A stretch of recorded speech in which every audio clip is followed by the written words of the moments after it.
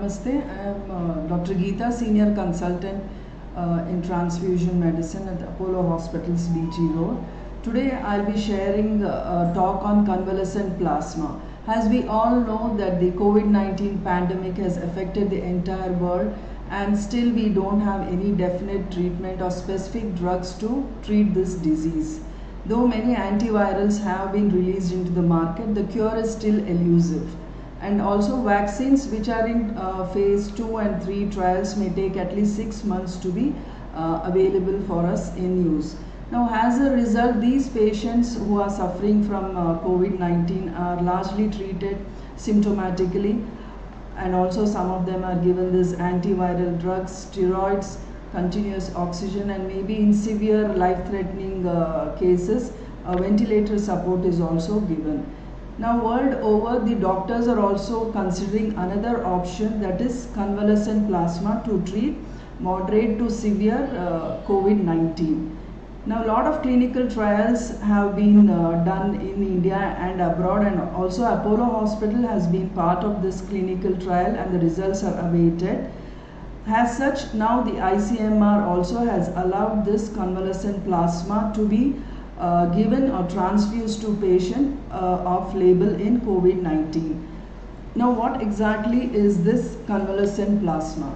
Convalescent plasma refers to the plasma which is extracted from an individual who has recovered from this specific infection.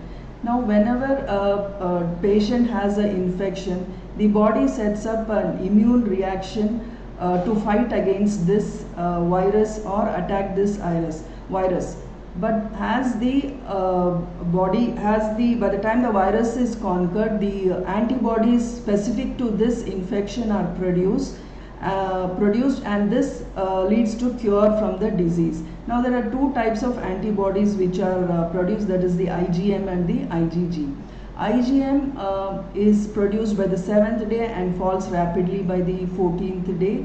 The IgG starts production by the 14th day, and then it continues to be there in the body for about 2 to 3 months.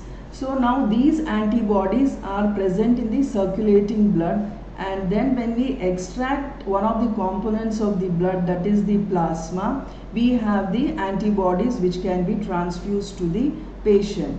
Now, this convalescent plasma is not a new treatment. It has been used even in the Spanish flu in 1920, and also in some of the recent infections like MERS, SARS and Ebola virus. So, there are papers from China and USA also that there is a positive response in patients who have been given this convalescent plasma, and hence donors who have been cured of COVID-19 can come forward to donate for this convalescent plasma. So what is the or who can donate plasma? Now, by this plasma is extracted in the blood bank, and as we all know, the same standard requirements of blood donation will hold good for plasma donation also. The age group is between 18 to 60 years, the weight should be more than 50 kgs, and also male donors are preferred, and nulliparous female donors, that is female donors who have not been pregnant, are usually preferred. The next important criteria for plasma donation by this apheresis technology is the donor should have a suitable vein, at least a single prominent vein in either of the hands. Otherwise, the donor can be disqualified, and a lot of disqualifications can occur because of the venous access. Now, coming specific to COVID-19 positive cases, the potential donors must have a documented SARS-CoV-2 disease or a test report, either RT-PCR or a COVID antigen test.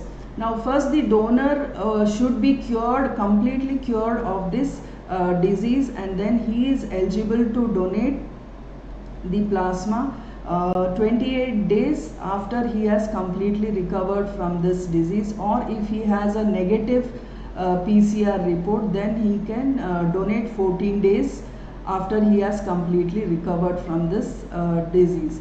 Now once these criteria has been met, then the donor sample is collected, blood sample is collected for conducting a few tests, of which the antibody test is very important. So the the donor's antibody titer also should be high, like the IgG should be more than 1:1024, or the neutralizing antibody should be more than 40.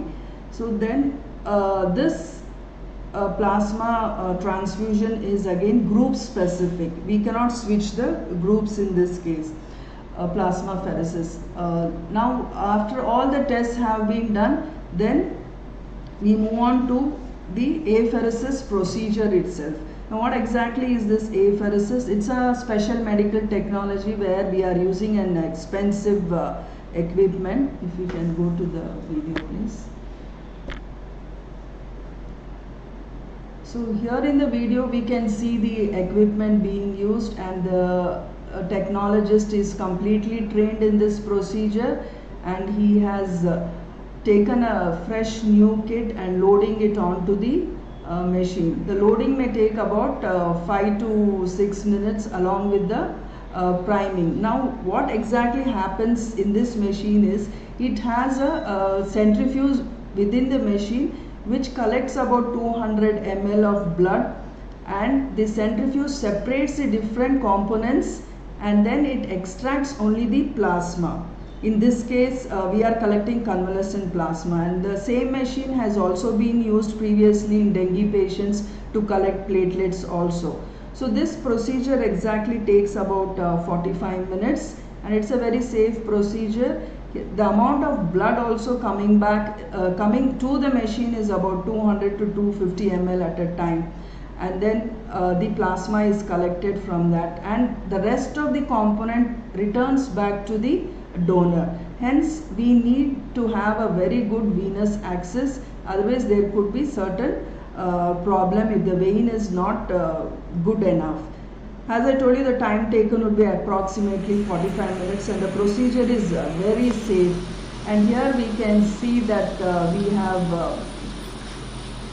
put in the needle into the vein, and the procedure has started.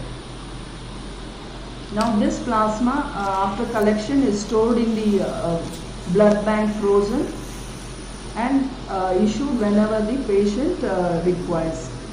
Now as I told you, this procedure is very safe and the complications are very minimal.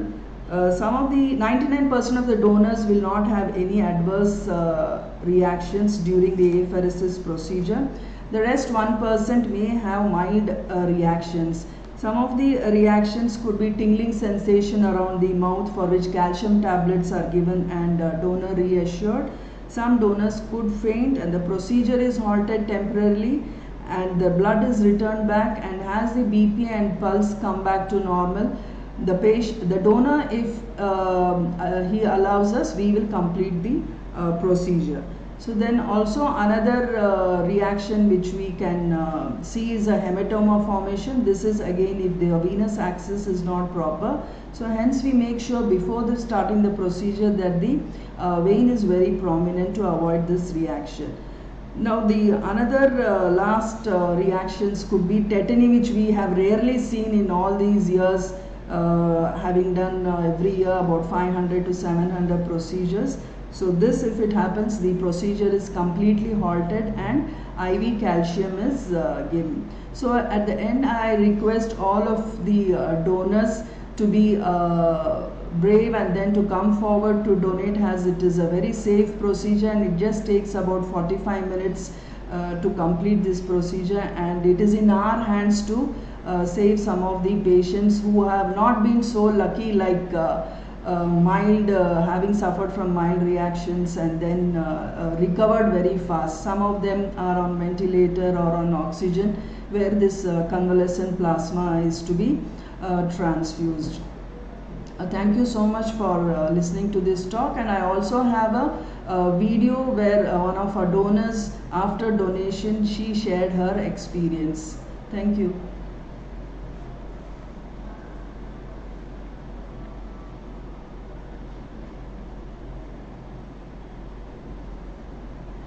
potential donors who would like to donate in the future?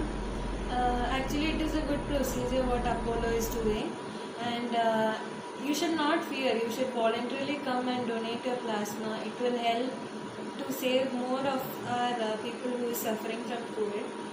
And thank you, Apollo, for giving me a chance to donate a plasma.